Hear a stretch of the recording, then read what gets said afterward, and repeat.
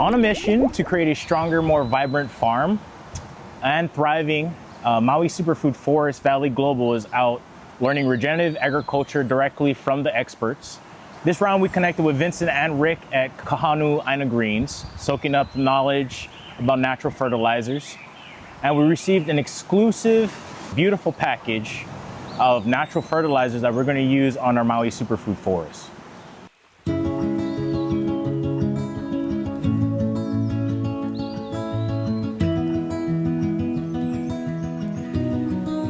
Upcycling Maui is a business we've just started, and basically it's to upcycle a lot of the things that go into the landfill.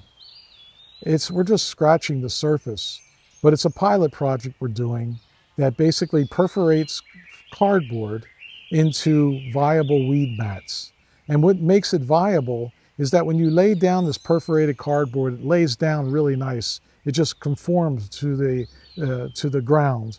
And that allows in air and moisture, which promotes beneficial bacteria growth.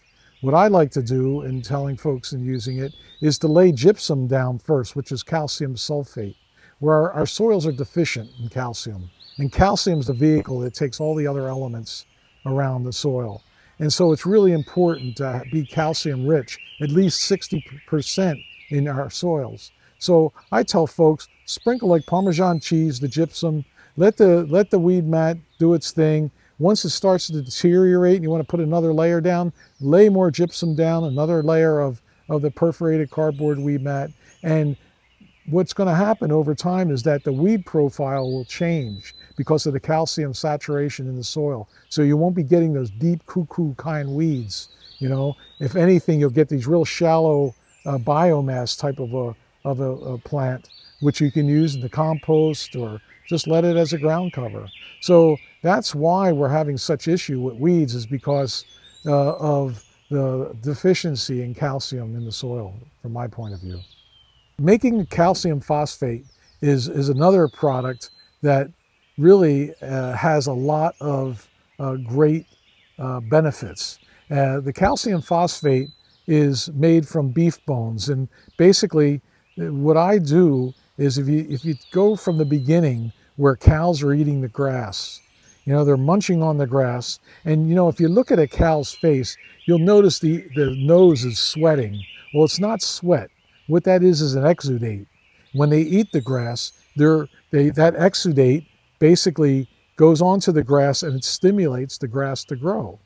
And so when the cows are eating the grass, you know, their rumen turn that biomass, that lignin, into fat, you know, and so as the buffalo roamed in the prairies, what they would do is they would eat the proteinaceous tops off of all the grasses. And then they would tromp down the lignin as their doo-doo and shishi, you know, and then move on. And that built the humic structures of those prairies to where, you know, they said the roots were so deep when they ripped them up for king corn, you could hear them from miles away, all that work being done.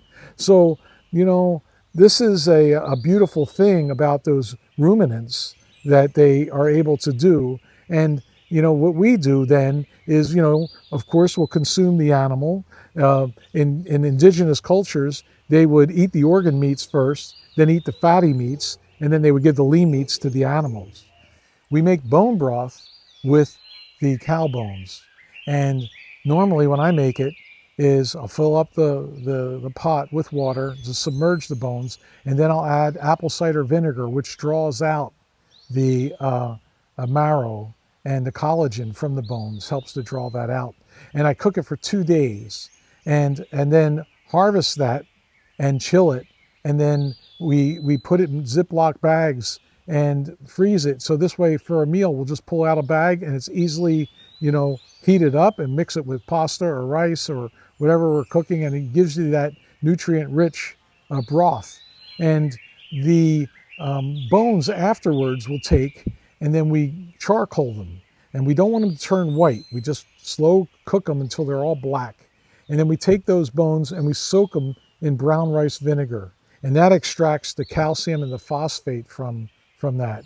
And it's calcium phosphate is used in transition in fruit trees. Whenever fruit trees are going from flower to fruit, that's the best time to apply calcium phosphate.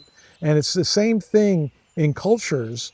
They give women that are pregnant calcium phosphate because of transitioning from not being pregnant to being pregnant. And so it's really interesting how that mirrors nature, the natural process. And so after we make the cal phos from soaking in the brown rice vinegar, after a week, we harvest take the bones out, crush them up, and put them in the worm bins. And the worms are the final stage. So it goes from the cows eating the grass to then the worms, processing the crushed up bones back to the worm castings, which then get back fed into the soil. So it's a beautiful cycle, using the cow as the metaphor of that cycle. Whitaker Brothers, German-made shredder for cardboard. And Ricky and I do about 200 pounds a week. These are the types of sheets we get. These are creme de la creme. We saved some of the really nice ones to show on this demonstration today. And then we hook up this vacuum to it. And then we're working with Kalima o Maui right now. They take care of all the county parks and stuff. And so we're trying to work out with them to be able to get this out into the public. Using the perforated cardboard weed mat is an alternative to plastic and fabric. Now, people may say it's not as cost effective, but I beg to differ, because eventually you got to rip up that plastic and rip up that fabric, and it doesn't do anything for soil health. As a matter of fact, it sets you back as far as soil health goes. So once you clear an area and you lay down some gypsum and you put that weed mat down, as you can see behind me here, I use it with the taro. It's beautiful, it works great. And once you get the canopy of the taro, then no weeds are growing. And it just incorporates itself into the soil. And that's a carbon source that basically, when you have carbon in your soil, you're creating humus. And we all need to have more of a sense of humus. So it's a good thing to do. This material is so maikai because you're able to grow your soil with this, as opposed to plastic and fabric. And especially if you haven't amended with calcium. A CEC soil test, Paulo, you got done, right? Do you see what a black line is? That's exchangeable. What does it say? Cations. Exchangeable cations. According to lab tests that I've seen in the soil, the deficiencies or the excesses is what causes issues in our soils. There's a cation exchange capacity. And the cations, basically, that we really have to pay attention to is potassium, magnesium, and sodium, okay? And those three are the ones who really tighten the soil. And they also raise the pH. People think the calcium is what raises the pH, but in a lot of times when you have excessive magnesium or sodium or potassium, you're raising the pH that way. So calcium actually brings down those elements. As calcium goes up, those elementals will come down, especially magnesium, and opens your soil up.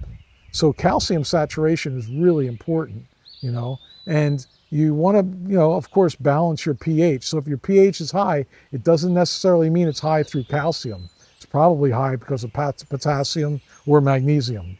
So that's the most damaging elements that I've seen occur in the soil test. There's others. Too much phosphorus, is one, or not enough. There's a balancing act that goes on. But once you have phosphorus in the soil, it's pretty much there. You just have to be able to access it. And you access it through biology. That unlocks it. Yeah. CEC, cationic exchange capacity, is the ability for the soil to hold elementals. They're actually magnetized to the colloids, the clay colloids. So if you think about like the pages of a book, a clay colloid, these are microscopic, yeah? And they stack on one another. And all these elementals, up to 100%, attach themselves onto that clay colloid. And what gets those off of that clay colloid is mycelial roots. They're actually small enough to go in between the platelets and pull off minerals, in which they take back to the plant. And in taking it back to the plant plant is stationary. It's not, the roots aren't going out scouring for minerals. You know, the plant's right there, but it's photosynthesizing sunlight into proteins and sugars. So as the sunlight comes through the plant and it creates these proteins and sugars, the roots pulsate proteins and sugars into the soil. And then the mycelial roots grab them proteins and sugars, which are like cookies and ice cream to them, and then they give the minerals to the plant that the plant needs. So there's a symbiosis that occurs in a biologically rich soil that is just a miracle of nature. The rhizosphere is in the top 7 inches of the soil. And what they found is basically that's where fence posts will rot, is 7 inches down. So that's top 7 inches is where aerobic bacteria is found, bacteria that lives with air. So it's really important to manage, as a farmer, the top 7 inches of your soil. Because if you manage the top 7 inches of your soil as a living organism, then your plants will do their best. Because you have this exchange of mycelial network and mineral availability that's in relationship with the roots of your plants. So having that relationship gives the plant its best chance to do its best. And that is directly associated, I feel, with nutrient density. So, you can have a cucumber that's grown in nutrient-rich soil and a cucumber that's grown with chemical fertilizers, and the nutrient density can be completely different, even though they both look like cucumbers. We're deficient in calcium, okay? We find that soils, like if you look at this test, magnesium's high, Paula, yours is like that, sodium's high, and potassium is high. Well, if you have low calcium and the other elements are high, that's what it's going to be like when you put your finger on the soil. Not going to go through the soil, not going to be open. How can you be a happy root trying to get into the soil? You're not going to be very happy. The plant's not going to do well. So that's why calcium is really an important element.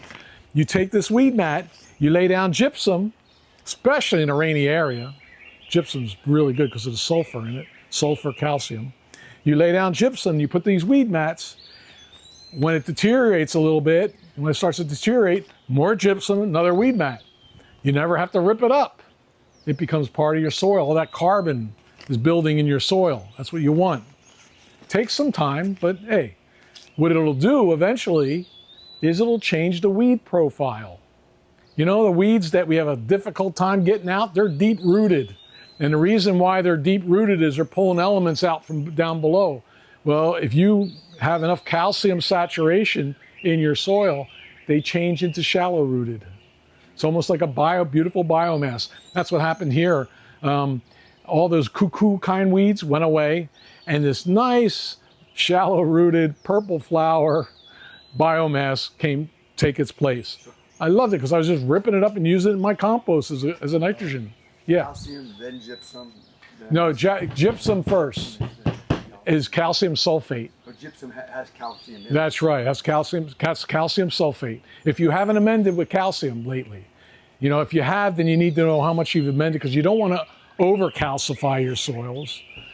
But for the most part, if your soils are tight, you're either high in magnesium, high in potassium, and higher in sodium, because that'll drive up the pH, right? You want pH to be about 6, 6.5 ideally. And some people go, well, wait a second, my pH is like 7. I'm already high in calcium. No, you're not. Not necessarily. And you could do about 1,000 pounds per acre of gypsum safely. What Michael's leaning on here is a smaller shredder unit that we have as our backup. And this is a C400. Yeah. Yeah, this was the unit that when I was president of Farmers Union, I wanted every chapter to have. Because, from my point of view, is create value in your community agriculturally. And it's a great way to create value is have people bring their cardboard and, knowing that they can make it into a weed mat they can take home, that kind. So that's what that is. So if our unit, like this unit, stay acting up, Ricky and I are going to go in there and clean it up as far as the what's making it squeal. But if it has any issue, then we just go to Bertha over here to do it. And how much are these shredders? This one with the vacuum is about $7,000, and that one is $2,500. You know, delivered. So yeah. How long until this can be used with mixed with the water? Once it's stabilized, you can use it. What does that mean? Once it's stabilized with sugar, Oh, like right now? sugar and mix it, it's good to go. Oh, Yeah, yeah. And what you do is you get one of these paint strainers. We're gonna find out today. Oh, paint? Oh, I thought it was cheesecloth. Yeah, it's a paint strainer. They sell them at the Home Depot or Lowe's and paint stores, and it's nylon, yeah. And then what you do is when you have it in your paint strainer, you know, you put that down in your water and you just squeeze it, and you'll see the cloudiness coming in the water. That's the microorganisms. Okay, so this is banana flour, and this is comfrey.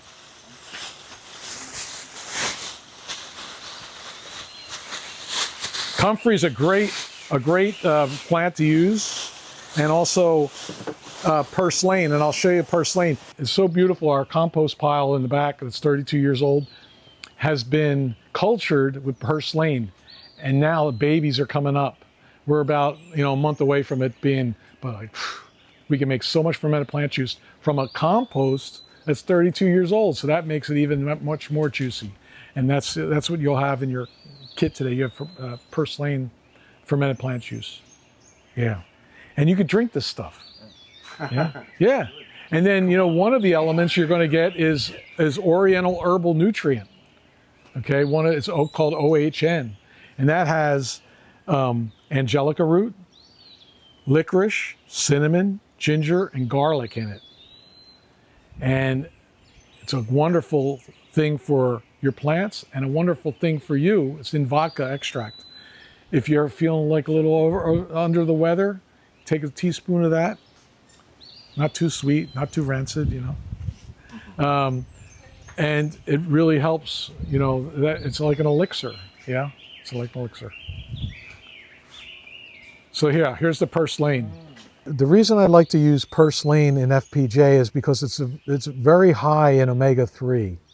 It's the highest plant of omega-3, and so it's a natural, nutrient-rich plant to make fermented plant juice with, just like comfrey is. And yeah, they're beautiful FPJ plants. Just cut this thing about an inch and a half. This one is just like that. Just Same with this, just like inch. yeah, inch and a half, and just make it up into bite-sized pieces. There's a process that goes on here in mixing the sugar into whatever you're making. It's called osmotic pressure. Okay, and what osmotic pressure means is that it pulls the moisture out of the plant. The sugar pulls the moisture out of the plant. So when left in a jar to ferment over 7 days, you'll notice more and more liquid will appear. And that is the osmotic pressure of the sugar relating to what you're fermenting. Okay? So it'll take about 7 days. And you're going to have it in a jar like this, ideally. I got these jars at Target. Yeah, these 2-gallon jars. They're really nice. About $13 a jar. You want to fracture whatever you're putting in there. You want the sugar to, fracture some of the cells to be able to put the sugar. Yeah, you're only going to fill the jar up 3/4 of the way. You want that lactic acid bacteria that's in the air. You want access. You want to have access. You want that. You don't want to fill it up to the top. You want to have that air space. In making fermented plant juice, you need plants that are succulent in their stems, like purslane, comfrey. Fall salva is really a good one too. The big leaf, what they call big leaf oregano, I have it growing in the garden. I have a variegated variety. That's actually a thyme. They're really good for fermented plant juices. And what you do is you take those plants, you chop them up in 2-inch bits, and then you mix them with brown sugar, and you put them in a glass jar, and you just compress it to where there's no air bubbles, and you build that up to 3/4 of the jar. You never go higher than 3/4 because you want that last quarter to develop the fermentation process with the lactic acid bacteria that's in the air, that's ubiquitous in the air. And so the reason why you use brown sugar, equal amounts of brown sugar with these plant materials, is that it's pulling the moisture through osmotic pressure out of the stem of the plants, and that's where you get the liquid from.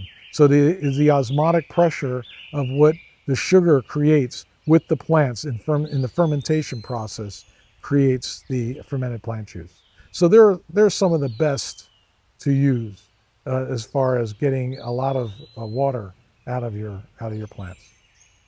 Now, what you could do is you could take aloe, the aloe, and cut off the ends, slice it down the middle, and cut that in two-inch pieces, and do the same thing with sugar, and make an aloe FPJ, and that's great to spray on kalo, because that'll attach to the leaf, that'll stick. It's a sticker plant. Yeah, it's another great one is what you guys get plenty in Hana, falsava. Yeah, great FPJ. Yeah. FPJ is applied to plants with the other KNF amendments in 5-gallon increments. So, FPJ is 2 capfuls per 5 gallons. And then you use that with brown rice vinegar and oriental herbal nutrient and water-soluble calcium and calcium phosphate and lactic acid bacteria. You mix them all together in a 5-gallon, and what I'd like to do is spray it. I spray it underneath the leaves, on top of the leaves, and the plants really like to get it like that, or you could do it in the soil drench.